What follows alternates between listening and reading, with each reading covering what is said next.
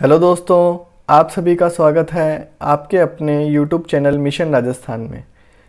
इस चैनल पर गणित व इंग्लिश सेकंड रीड 2021 को टारगेट करते हुए हम प्रिपरेशन करवा रहे हैं व धीरे धीरे प्रीवियस ईयर के क्वेश्चंस के साथ साथ इम्पॉर्टेंट क्वेश्चंस की वीडियो सीरीज़ भी लाने वाले हैं। तो आप सभी चैनल से जुड़े रहें। आज का हमारा टॉपिक है क्वाड्रिलेटरल, चतुर्भुज। गणित पर हमारे पिछले वीडियोस का यह नेक्स्ट वीडियो है। इस वीडियो के साथ आज हम 2 डायमेंशनल जियोमेट्री का बेसिक यहाँ पे कंप्लीट करवा देंगे। इससे नेक्स्ट हमारा जो वीडियो आएगा उसमें 2 डायमेंशनल जियोमेट्री जैसे त्रिभुज, वृत्त और चतुर्भुज, इनका हम एरिया निकालना सीखेंगे। और उसके बाद में हमारा एकमात्र टॉपिक बचता है जो है 3 डायमेंशनल ऑब्जेक्ट्स का, जैसे घन, घनाभ, इन सब का एरिया और वॉल्यूम निकालना। चलिए हमारा आज का टॉपिक शुरू करते हैं, क्वाड्रिलेटरल। क्वाड्रिलेटरल को स्टार्ट करने से पहले हमें यहाँ पे कुछ बेसिक बातों का पता होना जरूरी है। चतुर्भुज के 10 अवयव होते हैं। अवयव मैं आपको पहले ही कह चुका हूँ, अवयव में आपको क्या काउंट करना है, आपको किसे अवयव मानना है। एक तो भुजाओं को अवयव में गिनना है। ये मैंने 4 भुजाएं यहाँ पे बना ली हैं। उसके बाद में इनके 4 कोण हो गए और उसके बाद में आप विकर्ण कितने इसमें ड्रॉ कर सकते हैं। तो एक विकर्ण ये है और एक विकर्ण ये है। तो अगर मैं कुल अवयव की बात करूँ तो 4 भुजाएं हो गई, 4 कोण हो गए, कुल हो गए 8 अवयव और 2 हमारे हो गए विकर्ण। तो कुल कितने अवयव हो गए हमारे? 10 अवयव हो गए यहाँ पे। चतुर्भुज की रचना के लिए 5 अवयव ज्ञात होने चाहिए। ये अगर आप चतुर्भुज को समझना चाहते हैं कि चतुर्भुज बनता आखिर कैसे है। अच्छा, एक चतुर्भुज की परिभाषा होती है, 4 रेखाखंडों से घिरी बंद आकृति को क्या बोलते हैं? चतुर्भुज बोलते हैं। ये परिभाषा मैंने कैसे सीखी? क्योंकि मैं त्रिभुज की परिभाषा पढ़ के आ चुका हूँ, जो है 3 रेखाखंडों से घिरी बंद आकृति को त्रिभुज बोलते हैं। तो यहाँ पे कितनी रेखाखंड है? 4 हैं, 1, 2, 3 और 4। और बंद आकृति से मेरा क्या मतलब है कि वो चारों ही रेखाखंड आपस में जुड़े हुए होने चाहिए। अगर मैं 4 रेखाखंड ऐसे बना दूं और ये बंद आकृति ना हो, जैसे ये खुली आकृति है, जैसा कि आपके सामने यहाँ पे मैंने ड्रॉ की है, तो इसे हम चतुर्भुज नहीं बोलेंगे। 4 भुजाओं का और एक विकर्ण का हमें ज्ञात होना आवश्यक है, तभी हम क्या कर पाएंगे? चतुर्भुज को बना पाएंगे। मैं आपको हर बिंदु तो बना के नहीं समझाने वाला, पर मैं आपको बेसिक आइडिया दे देता हूँ कि ये आपको याद कैसे करना है या समझना कैसे है।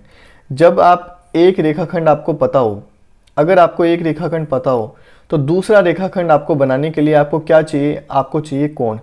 भाई किस कोण पर आप वो दूसरा रेखाखंड बनाएंगे? जैसे मैंने बोला 3 सेंटीमीटर का रेखाखंड है ए बी, और बी सी जो है वो कितना है? 3 सेंटीमीटर है। अब आप 3 सेंटीमीटर का कोण क्या रखेंगे? ए बी पे ये रखेंगे, ये रखेंगे या फिर ये रखेंगे, मतलब बहुत सारे ऑप्शन आ जाते हैं। तो किस कोण पे हमें बी सी बनाना है, ये बात हमें पता होनी चाहिए, तभी हम बी सी को बना पाएंगे। इस तरीके से चतुर्भुज की क्या होती है? रचना होती है।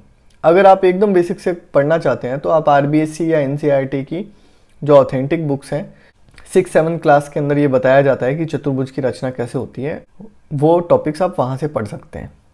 तो हमें 4 भुजाएं और एक विकर्ण पता होना चाहिए, तब हम चतुर्भुज बना सकते हैं। या फिर 3 भुजाएं पता हो और एक विकर्ण पता हो, तब हम चतुर्भुज बना सकते हैं।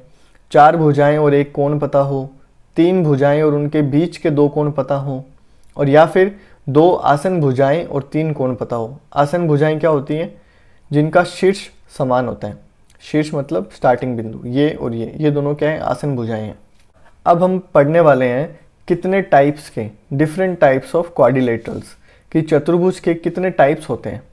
तो पहला हमारा है चतुर्भुज समलंब चतुर्भुज, जिसमें सम्मुख भुजाओं का एक जोड़ा समानांतर हो, समलंब चतुर्भुज कहलाता है। अब समलंब भुजाओं से मेरा क्या मतलब है? यहाँ पे आप देख रहे हैं, एक तो है सम्मुख भुजाएं, दूसरा जो वर्ड आया है वो है जोड़ा समानांतर हो, क्या कहलाता है? समलंब चतुर्भुज कहलाता है। सम्मुख भुजाएं मतलब आमने सामने वाली भुजाएं क्या होनी चाहिए? समानांतर होनी चाहिए, मतलब वो एक दूसरे को काटे नहीं। वो एक दूसरे को टच नहीं करें, एक दूसरे को काटे नहीं।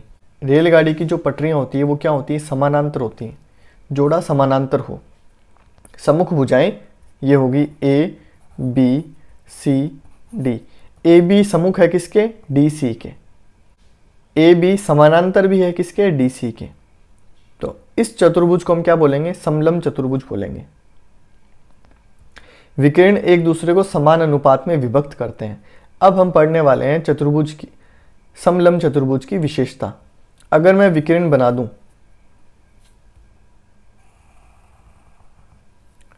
तो आप देख रहे हैं बी, ये आ गया ओ, बी ओ और ओ डी किसके बराबर होगा, ए ओ और ओ सी। ये अनुपात में बराबर होंगे, इस चीज का आप ध्यान रखें। ए बी, अगर अब आप यहां देखिए ए बी सी डी क्या है, एक समलंब चतुर्भुज है, और ई और एफ ए सी का मध्य बिंदु है। मतलब ए सी का मिड पॉइंट क्या है, ई, बी डी का मिड पॉइंट क्या है, एफ। इसको अगर हम मिला देंगे तो देखिए ई एफ हमारा कितना होगा, बड़े वाली से छोटे वाली को घटा देंगे। हम यहाँ पे बात कर रहे हैं समानांतर भुजा की, उन भुजाओं की बात नहीं कर रहे जो समानांतर नहीं है। ए बी किसके समानांतर है, सी डी के। जो बड़े वाली भुजा है सी डी, उसमें हम छोटे वाली भुजा को जोड़ देंगे तो ए बी प्लस हो जाएगा सी डी, और इसको भाग दे देंगे हम 2 से। A B plus C D का हम अगर एवरेज लेंगे, मतलब 2 से हम भाग दे देंगे तो क्या मिल जाएगा, हमें मिड पॉइंट मिल जाएगा, मध्य बिंदुओं की दूरी मिल जाएगी। इसी तरीके से अगर डायगोनल हमने खींच रखे हैं, विकिरण हमने खींच रखे हैं, ए बी सी डी का हमने बी डी मिला रखा है और ए सी मिला रखा है। अब इसके मध्य बिंदु क्या है, पी और क्यू। बी डी का मध्य बिंदु पी है, ए सी का मध्य बिंदु क्यू है। हमने दोनों को मिला दिया और हमें पी क्यू की दूरी चाहिए, तो मैं क्या करूँगा, बड़े वाली समानांतर रेखा डी सी में से छोटे वाली समानांतर रेखा ए बी को मैं घटा दूंगा और उसके बाद में 2 का मैं दे दूंगा भाग, तो क्या आ जाएगा मेरे पास, पी क्यू आ जाएगा। हमें समलंब चतुर्भुज के बारे में इतनी बातों का ही ध्यान रखना है। समलंब चतुर्भुज के बाद में हम पढ़ने वाले हैं समानांतर चतुर्भुज। तो समानांतर चतुर्भुज को मैं समलंब चतुर्भुज बोल सकता हूँ। जब मैं समानांतर चतुर्भुज के बाद पढ़ूंगा, आयत पढ़ूंगा, तो मैं आयत को समानांतर चतुर्भुज कह सकता हूँ। ये मैंने इसी सीक्वेंस में लिखे हैं और बाद में मैं आपको एक पूरा डायग्राम बना के बता दूंगा कि किस चतुर्भुज को हम क्या क्या कह सकते हैं। ये रीड के पॉइंट ऑफ व्यू से काफ़ी इंपॉर्टेंट है। अब हम बात करते हैं समानांतर चतुर्भुज, जिसमें सम्मुख भुजाएं समानांतर हो और समानांतर चतुर्भुज कहलाता है। एक ऐसा चतुर्भुज जिसकी सम्मुख भुजाएं समानांतर हो वो क्या कहलाता है, समानांतर चतुर्भुज कहलाता है। तो मैं एक समानांतर चतुर्भुज बना देता हूं। ये मैंने ड्रॉ कर दिया समानांतर चतुर्भुज। A B C D, A B किसके समानांतर है, डी सी के, और बी सी किसके समानांतर है, ए डी के। अब हम पढ़ने वाले हैं इसकी कुछ विशेषताएं। विकिरण इसमें 2 सर्वांगसम त्रिभुज में विभाजित करते हैं कि जो समानांतर चतुर्भुज होता है इसका विकिरण क्या करता है, ए बी सी डी, इसका विकिरण क्या करता है, डी बी क्या करता है, 2 ट्रायंगल जो होते हैं उनमें इस चतुर्भुज को विभक्त कर देता है। और दोनों ही ट्रायंगल क्या होते हैं, सर्वांगसम त्रिभुज होते हैं। तो A B D, triangle A B D सर्वांगसम है ट्रायंगल सी बी डी के। सर्वांगसम क्या होता है, आप इसको इस उदाहरण से समझ सकते हैं कि अगर ताजमहल का मैं एक हूबहू नकल बनवाऊं, अगर ताजमहल की मैं हूबहू नकल बनवाऊं और उतना ही बड़ा बनवाऊं तो वो क्या कहलाएगा, सर्वांगसम। और अगर ताजमहल का मैं एक छोटा सा जो गिफ्ट आपने देखा होगा वैसा बनवाऊं या उससे थोड़ा सा बड़ा बनवा लूं, मतलब मेरे इस टेबल पे वो आ जाए ताजमहल, देखने में वो एकदम 2 कॉपी हो ताजमहल का पर साइज में छोटा हो, उसको वो बोलेंगे, हिंदी में शायद उसको समरूप बोलते हैं, वो आप चेक कर लेना। इंग्लिश में उसको बोलते हैं सिमिलर। और सर्वांग सम को इंग्लिश में बोलते हैं कॉन्ग्रेंट।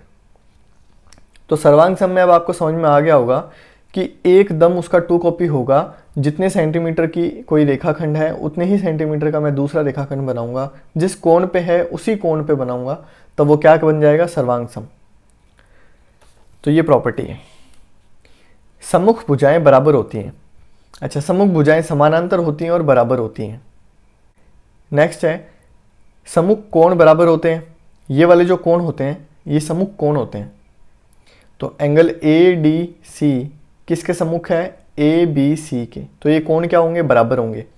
अच्छा, ये कोण बराबर होंगे तो इनके आसन कोण क्या होंगे, समपूरक होंगे। भाई angle D plus angle C क्या हो जाएगा, 180 degree. Angle D plus angle B क्या हो जाएगा, मतलब angle D is equals to angle B हो जाएगा।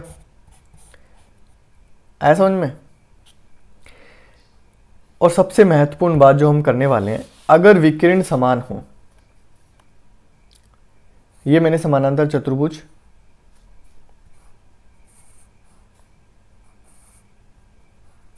विकिरण समान मतलब ए बी सी और डी, जितना डी सी है उतना ही ए सी हो।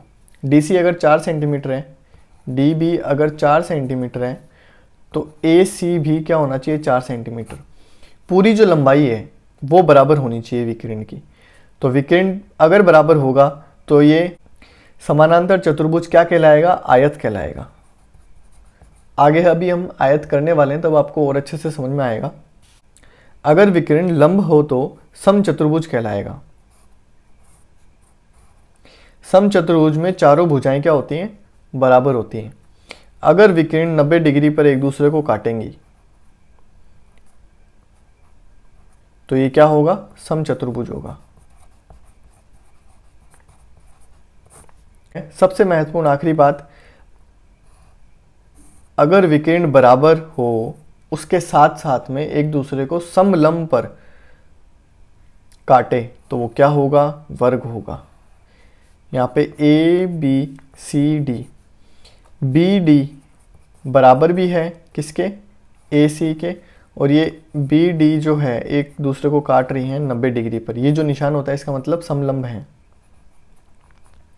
तो ये किसका उदाहरण हो जाएगा, ये वर्ग का उदाहरण हो जाएगा। अभी हम इसके बारे में और बात करने वाले हैं, तो अगर आपको थोड़ा सा कंफ्यूजन है तो वो भी दूर कर देंगे। नेक्स्ट है हमारा आयत क्या होता है। सम्मुख भुजाएं समानांतर प्लस में प्रत्येक कोण 90 डिग्री का। अभी हम क्या पढ़ के आए हैं, समानांतर चतुर्भुज पढ़ के आ रहे हैं। और सम्मुख भुजाएं अगर मैं क्या कर दूं, इसकी समानांतर कर दूं,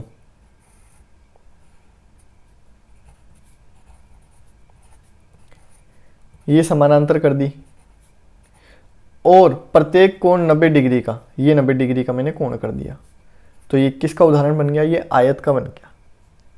अच्छा, समानांतर चतुर्भुज के अंदर क्या कंडीशन थी कि सम्मुख भुजाएं क्या होनी चाहिए, बराबर होनी चाहिए, और सम्मुख भुजाएं समानांतर होनी चाहिए। तो वो किसका उदाहरण होता, समानांतर चतुर्भुज का। हम यहाँ पे आयत करने वाले हैं। आयत को समानांतर चतुर्भुज भी कहते हैं, और समानांतर चतुर्भुज की सारी विशेषताएं, समानांतर चतुर्भुज की विशेषताएं आयत भी दिखाएगा अपने में। हमने समानांतर चतुर्भुज में क्या पढ़ा था कि सम्मुख भुजाएं बराबर होती हैं, तो आयत में भी सम्मुख भुजाएं बराबर होती हैं। हमने पढ़ा था समानांतर चतुर्भुज के अंदर कि विकिरण जो होते हैं एक दूसरे को समद्विभाजित करते हैं। जो विकिरण होते हैं वो एक दूसरे को क्या करते हैं, समद्विभाजित करते हैं। मतलब जितना ये उतना ये, जितना ये उतना ये। ये किसकी विशेषता होती है, समानांतर चतुर्भुज की। तो ये विशेषता किसकी, आयत की भी होती है। विकिरण बराबर होते हैं तथा एक दूसरे को समद्विभाजित करते हैं। समझे आप। आयत को समानांतर चतुर्भुज भी कहते हैं। ये बात मैं आपको आयत जब मैंने पढ़ाना शुरू किया था तभी ये बात बता दी थी। आयत के लिए एक बहुत ही इंपॉर्टेंट सूत्र होता है जिसको बोलते हैं बोधायन सूत्र। ये सूत्र क्या होता है आप देख लीजिए। ये मैंने आयत बनाया है। अगर मैं ये बात बोलता हूँ कि मैं ए डी पर एक वर्ग बनाता हूँ, डी सी पर एक वर्ग बना देता हूँ, और ए सी पे मैं एक वर्ग बना देता हूँ, तो ए डी का एरिया, एरिया कैसे निकालते हैं वर्ग का, ए डी स्क्वायर इंटू वर्ग का एरिया क्या होता है साइड स्क्वायर, तो मैंने ले लिया ए डी का स्क्वायर, यहाँ पे डी सी का स्क्वायर किसके बराबर होगा, ए सी के स्क्वायर के। इसको क्या बोलते हैं, बोधायन सूत्र बोलते हैं। अगर आपने पाइथागोरस थ्योरम पढ़ी है जो कि क्या त्रिभुज में लगती है, 90 डिग्री का अगर कोण हमें दे रखा होता है तो हमें ए बी और सी, ए सी निकालने को बोले तो हम क्या करते हैं, A C square equals to A B square plus B C square. Same वही चीज़ है, आप इसको उससे रिलेट करके याद कर सकते हैं। मध्य बिंदुओं को मिलाने पर समचतुर्भुज बनता है। अगर मैं, ये क्या है आयत है, इसके सभी मध्य बिंदुओं को मैं मिलाऊं तो मुझे क्या मिलेगा, समचतुर्भुज मिलेगा। और समचतुर्भुज की क्या विशेषता होती है, सभी भुजाएं जो होती हैं उसकी वो बराबर होती हैं। हम पढ़ने वाले हैं वर्ग। अब वर्ग क्या होता है, वह आयत जिसमें प्रत्येक भुजा बराबर हो। आयत हम पढ़ के आ चुके हैं ऊपर, वह आयत जिसकी प्रत्येक भुजा बराबर हो क्या कहलाता है, वर्ग कहलाता है। तो अब आप एक चीज बताइए, वर्ग जो है, वर्ग की विशेषताएं क्या होंगी भाई। वर्ग किससे बना है, आयत से। आयत किससे बना है, समानांतर चतुर्भुज से। तो समानांतर चतुर्भुज की विशेषताएं आयत दिखाता है। वर्ग जो है वो दोनों चतुर्भुज, कौन कौन से, समानांतर चतुर्भुज और आयत, दोनों की विशेषताएं दिखाएगा। वह आयत जिसकी प्रत्येक भुजा बराबर होती है, ठीक है, विकिरण एक दूसरे को समकोण पर समद्विभाजित करते हैं। ये वो विशेषता है जो एकमात्र आयत ही दिखाता है। जब मैं चारों भुजाएं बराबर कर देता हूं, तो उससे क्या होता है, जो विकिरण मैं खींचूंगा ये बराबर हो जाएंगे, A B C D. A B बराबर हो जाएगा, ए सी बराबर हो जाएगा बी डी के। ए सी लंब होगा डी बी के। ए सी पहली बात तो समद्विभाजित हो जाएंगे, दूसरा ये लंब होगा, और तीसरा क्या होगा, ये लंबाई में भी बराबर होंगे। अगर मैं बात करूं, बी ओ बराबर होंगी ओ डी के, सी ओ बराबर होंगे ओ ए के। ये इतनी विशेषताएं जो होती हैं वो हमें क्या दिखाता है, वर्ग दिखाता है। एक वर्ग को समचतुर्भुज भी कहते हैं क्योंकि जिस चतुर्भुज की सारी भुजाएं बराबर होती हैं, अभी हम पढ़ने वाले हैं समचतुर्भुज, उसे क्या बोला जाता है, समचतुर्भुज। एक वर्ग को आयत भी बोलते हैं, ये भी हम पढ़ चुके हैं। एक वर्ग को समानांतर चतुर्भुज भी कहते हैं क्योंकि आयत किससे मिलकर बना होता है, समानांतर चतुर्भुज से। और एक एक्स्ट्रा बात है, समानांतर चतुर्भुज को समलंब चतुर्भुज भी कहते हैं। तो उस हिसाब से वर्ग को भी हम क्या कह सकते हैं, समलंब चतुर्भुज। क्योंकि समलंब चतुर्भुज की हम विशेषता पढ़ के आए हैं, जिसमें सम्मुख भुजाओं का एक जोड़ा समानांतर हो, क्या कहलाता है, समलंब चतुर्भुज कहलाता है। ये एक जोड़े की बात कर रहे हैं कि एक जोड़ा जो होता है वर्ग का, ये आपके सामने वर्ग है। ए बी की बात करूं मैं, सिर्फ ए बी और डी सी, ये जो एक जोड़ा है ये समानांतर हो, तो ये हमारे सामने समानांतर है, तो ये क्या कहलाएगा, समलंब चतुर्भुज कहलाएगा। वर्ग एक विशेष प्रकार का आयत होता है, आयत एक विशेष प्रकार का वर्ग नहीं होता, इस चीज का आप ध्यान रखें।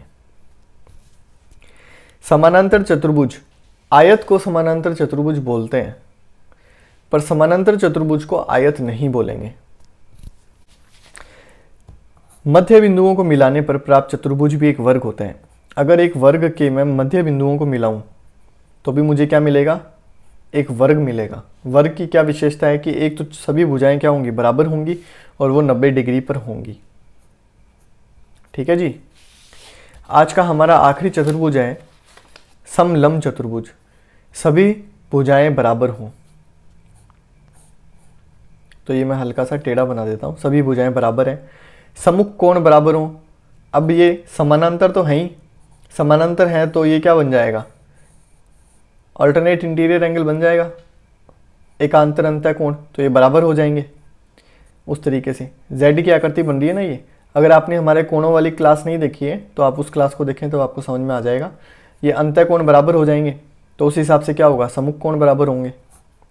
विकिरण एक दूसरे को समकोण पर समद्विभाजित करते हैं, क्योंकि जब चारों भुजाएं बराबर हैं तो उस केस में क्या प्रॉपर्टी आती है कि वो एक दूसरे को समद्विभाजित करेंगे और क्या करेंगे, समकोण पर करेंगे। भुजाओं के वर्गों का योग उनके विकर्णों के योग के बराबर होता है। अगर इनके भुजाओं का मैं योग करूं, A B square, B C square, C D square, A D square किसके बराबर होगा, ए सी स्क्वायर के प्लस में बी डी स्क्वायर के। वर्ग और समलंब चतुर्भुज में अंतर क्या हुआ फिर, अंतर ये हुआ कि विकिरण बराबर नहीं होते।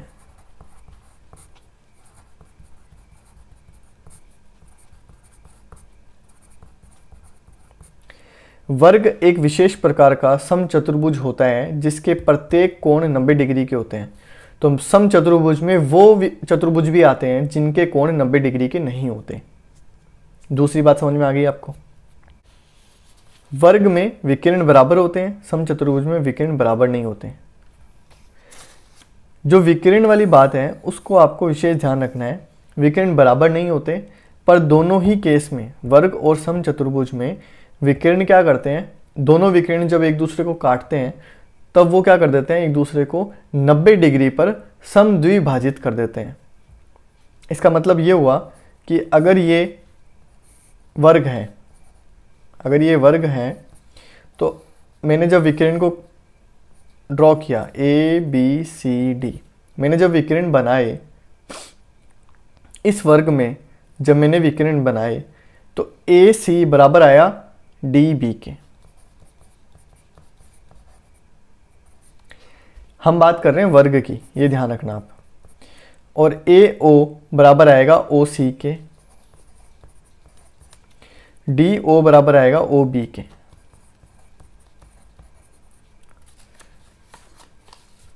और ए सी किसके लंब हो जाएगी, डी बी के। ये चारों ही कोण क्या आएंगे, 90 डिग्री के। ये वर्ग है। अगर समलंब चतुर्भुज होता तो ये ए सी बराबर जो डी बी लिखा है ना मैंने, बस ये लाइन हट जाती, ये सारी विशेषता क्या हो जाती, समलंब चतुर्भुज की हो जाती। ये इसके बीच में डिफरेंस है। अब एक साथ आप देख लीजिए कि किसको हम क्या बोल सकते हैं और किसको हम क्या नहीं बोल सकते। वर्ग को हम समचतुर्भुज बोल सकते हैं। समचतुर्भुज क्यों, क्योंकि समचतुर्भुज वो चतुर्भुज जिसकी सभी भुजाएं समान हों। वर्ग को हम आयत भी बोल सकते हैं, क्योंकि आयत के अंदर आमने सामने की भुजाएं बराबर होती हैं। और एक विशेष प्रकार का आयत क्या कहलाता है, वर्ग कहलाता है। वर्ग के अंदर आमने सामने की भुजाएं बराबर होती हैं, प्लस में वो सभी भुजाएं बराबर होती हैं। वर्ग को हम समानांतर चतुर्भुज भी बोलते हैं। समानांतर चतुर्भुज क्या होता है, जिसकी सम्मुख भुजाएं क्या होती हैं, समानांतर होती हैं। तो वर्ग की सम्मुख भुजाएं भी क्या होती है, समानांतर होती हैं। समचतुर्भुज को हम क्या बोल सकते हैं, समानांतर चतुर्भुज बोल सकते हैं। वेरी गुड, क्योंकि सम्मुख भुजाएं क्या होंगी, समानांतर होंगी। सेम आयत को भी हम क्या बोल सकते हैं, समानांतर चतुर्भुज बोल सकते हैं। और एक सबसे आखिरी में समानांतर चतुर्भुज को हम क्या बोल सकते हैं, समलंब चतुर्भुज बोल सकते हैं। समलंब चतुर्भुज दो तरीके से ड्रॉ होते हैं। इसके नाम में क्या आ रहा है, समलंब आ रहा है। तो आप 90 डिग्री ना मान लें कि हर बार 90 डिग्री होगा, जैसा कि आप ये इस डायग्राम में देख सकते हैं।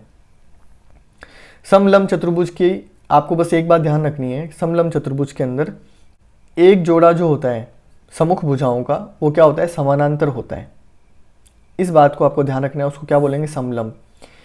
जैसे यहाँ पे ये क्या है, समानांतर है, और उसके साथ साथ में ये क्या है, 90 डिग्री पे भी है। अगर ये ना भी होता, जो कि आपको इस डायग्राम में दिख रहा है, भी हम क्या बोलेंगे, समलंब चतुर्भुज बोलेंगे। चतुर्भुज के अंदर इससे बाहर नहीं जाएगा। अब आप हमारे स्क्रीन में आ जाइए, आप देख सकते हैं ये एनसीईआरटी का पीडीएफ है, जो है 9th क्लास का 8th चैप्टर। ये पूरा का पूरा किस पे है, समानांतर चतुर्भुज के ऊपर है। क्योंकि आपने अभी देखा समानांतर चतुर्भुज ही मेन जो होता है वो इम्पॉर्टेंट होता है, क्योंकि समानांतर चतुर्भुज के अंदर समचतुर्भुज, वर्ग और आयत आ जाते हैं। तो आप ये मान लीजिए 70 to 80% हमारे सारे जो चतुर्भुज हैं वो इसी के अंदर आ जाते हैं। ये पीडीएफ जो है मैं डिस्क्रिप्शन बॉक्स में आपको डाल दूंगा, आप इसको अच्छे से पढ़ लें। अब कुछ बेसिक बातें जो हैं वो मैं रैपिडली यहाँ करवा देता हूँ आपको। चतुर्भुज के कोणों का योग क्या होता है? 360 डिग्री होता है, ठीक है, क्योंकि चतुर्भुज दो त्रिभुजों से मिलकर बना होता है। एक त्रिभुज का योग, कोणों का योग क्या होता है? 180 डिग्री होता है। तो दो त्रिभुजों के कोणों का योग क्या होगा? 360 डिग्री होगा। ये आपके सामने अभी आप स्क्रीन पे देख सकते हैं। क्या है? चतुर्भुजों के प्रकार। तो पहला है, ये किसका है? समलंब का। ये किसका है? समानांतर का। ये आयत का। तीसरा। चौथा किसका है? समचतुर्भुज का। जो दूसरा है और जो चौथा है, दूसरा किसका उदाहरण है? समानांतर का। और चौथा किसका है? समचतुर्भुज का। ये क्या है? वर्ग। और ये पतंग है। ये हमारे सिलेबस में नहीं है तो इसके बारे में चिंतित ना हो। ध्यान रखने वाली क्या बातें हैं कि वर्ग, आयत, समचतुर्भुज में प्रत्येक एक समानांतर चतुर्भुज होता है। मतलब समानांतर चतुर्भुज के अंदर क्या आएगा? समचतुर्भुज भी आएगा, वर्ग भी आएगा, और मतलब आयत भी आएगा और वर्ग भी आएगा। एक वर्ग, एक आयत और समचतुर्भुज होता है। बहुत इंपॉर्टेंट बात है कि एक वर्ग जो होता है वो आयत और समानांतर चतुर्भुज भी होता है। ये बात मैं आपको नोट्स में बता चुका था। एक समानांतर चतुर्भुज एक समलंब होता है, ये भी बात हमें पता है। पतंग के बारे में हमें कुछ ध्यान नहीं देना। समलंब एक समानांतर चतुर्भुज नहीं है। मोस्ट इंपॉर्टेंट बात, समलंब कैसा होता है? चतुर्भुज ऐसा होता है, एक समानांतर चतुर्भुज नहीं है। क्योंकि समलंब भुजा के अंदर एक जोड़ा जो होती है समानांतर भुजा, वो क्या होती है? समानांतर होती है। और समानांतर चतुर्भुज में चारों भुजाएं क्या चाहिए? हमें समानांतर चाहिए। ये इसके होनी चाहिए और ये इसके होनी चाहिए। एक आयत अथवा एक समचतुर्भुज एक वर्ग नहीं है। आयत वर्ग नहीं है, ये बात मैं आपको बता चुका हूं। और समचतुर्भुज क्या है? एक वर्ग नहीं होता, ये भी ध्यान रखें। वर्ग समचतुर्भुज होता है, मतलब ये ऐसे तो होता है,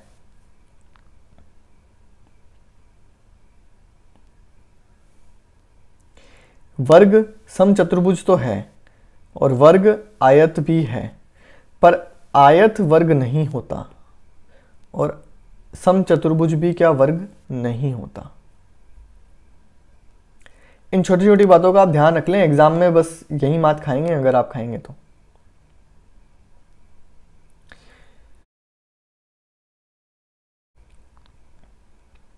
अब ये बेसिक प्रमेय है। किसी समानांतर चतुर्भुज का एक विकर्ण उसे दो सर्वांग सम त्रिभुज में विभाजित करता है, ये मैं आपको बता चुका हूं। एक समानांतर चतुर्भुज में सम्मुख भुजाएं बराबर होती हैं, ये भी मैं आपको बता चुका हूं। यदि एक चतुर्भुज की सम्मुख भुजाओं का प्रत्येक युग्म बराबर हो तो वह समानांतर चतुर्भुज होता है। एक समानांतर चतुर्भुज के सम्मुख कोण बराबर होते हैं, ये सब बातें मैं आपको बता चुका हूं नोट्स के अंदर। तो ये जो पीडीएफ है, ये मैं आपको एक बस कंक्लूजन बता देता हूं। कंक्लूजन पे आ जाते हैं हम जल्दी से। तो ये जो पीडीएफ है, ये पीडीएफ आपको नोट्स में मिल जाएगी, आप इसको अच्छे से पढ़ सकते हैं। वाले पॉइंट अभी हम कर ही चुके हैं। समानांतर चतुर्भुज के अंदर देखो क्या क्या होता है। सम्मुख भुजाएं बराबर होती हैं, सम्मुख कोण बराबर होते हैं, विकर्ण परस्पर समद्विभाजित करते हैं। और सम चतुर्भुज के अंदर जो कि चारों भुजाएं जिसके बराबर होती हैं, उसकी एक विशेषता और जुड़ जाती है कि विकर्ण क्या करते हैं? 90 डिग्री पर एक दूसरे को क्या करते हैं? समद्विभाजित करते हैं। तो वर्ग एक विशेष प्रकार का क्या है? सम चतुर्भुज है। ये लीजिए।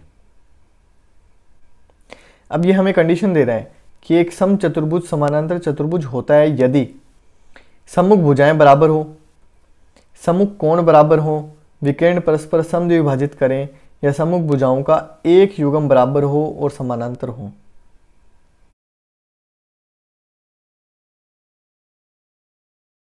बहुत ही इजी बातें हैं जिनका आपको ध्यान रखना है।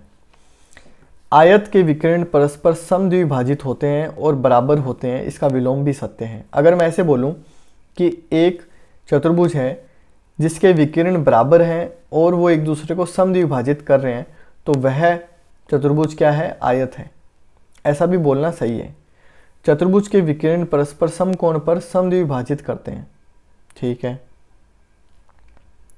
समचतुर्भुज जो होता है उसके जो विकर्ण होते हैं वो समकोण पर एक दूसरे को क्या करते हैं? समद्विभाजित करते हैं। ये सभी बातें मैं क्या करवा चुका हूँ, आपको नोट्स में करवा चुका हूँ। आपको बस क्या करना है, नोट्स पढ़ने के साथ में एक बार इस पीडीएफ पे भी नज़र डाल लेनी है और ये जो क्वेश्चंस दे रखे हैं इन क्वेश्चंस को भी आपको सॉल्व करना है। बाकी रीड के पर्सपेक्टिव से जो इंपॉर्टेंट क्वेश्चंस हैं वो तो मैं यहाँ करवाने ही वाला हूँ। आपको इन क्वेश्चंस के ऊपर भी नज़र डालनी है, उससे आपका कॉन्फिडेंस और एनहेंस होगा। अगर आपको हमारी आज की क्लास अच्छी लगी है तो आप हमारे इस वीडियो को लाइक कर सकते हैं, अपने दोस्तों के साथ शेयर भी कर सकते हैं। इस तरीके का क्वालिटी कंटेंट हमारे इस चैनल पे मिलता रहेगा, तो आप इस चैनल से जुड़े रहें, इस चैनल को सब्सक्राइब कर लें। घर में रहें, रीड की तैयारी जम के करते रहें, अपना और अपने घर वालों का ध्यान रखें। धन्यवाद।